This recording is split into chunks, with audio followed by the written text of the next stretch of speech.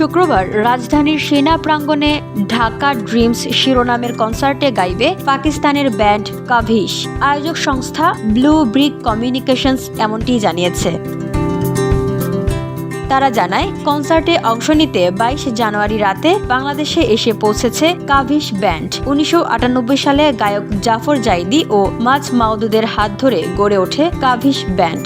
Dhaka dreams কনসার্টের মাধ্যমে প্রথমবার বাংলাদেশে গান শোনাবে দলটি। কাভিশের পাশাপাশি দেশের একাধিক শিল্পী ও ব্যান্ড পারফর্ম করবে ঢাকা ড্রিমস কনসার্টে।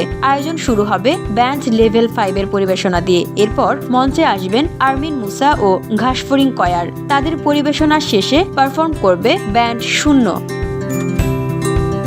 কনসার্টে বিশেষ আকর্ষণ থাকবে সায়ান চৌধুরী অর্ণব ও সুনিধি নায়েকের যৌথ পরিবেশনা। কাভিশের পারফরমেন্স দিয়ে শেষ হবে আয়োজন। ব্লু ব্রিক কমিউনিকেশনসের পক্ষ থেকে বলা হয়েছে, আমরা কাভিশকে ঢাকায় আনার সুযোগ পেয়ে খুবই আনন্দিত এবং এমন একটি সন্ধ্যার আয়োজন করছি যেখানে দেশি ও আন্তর্জাতিক শিল্পীরা এক মঞ্চে সঙ্গীত পরিবেশন করবেন।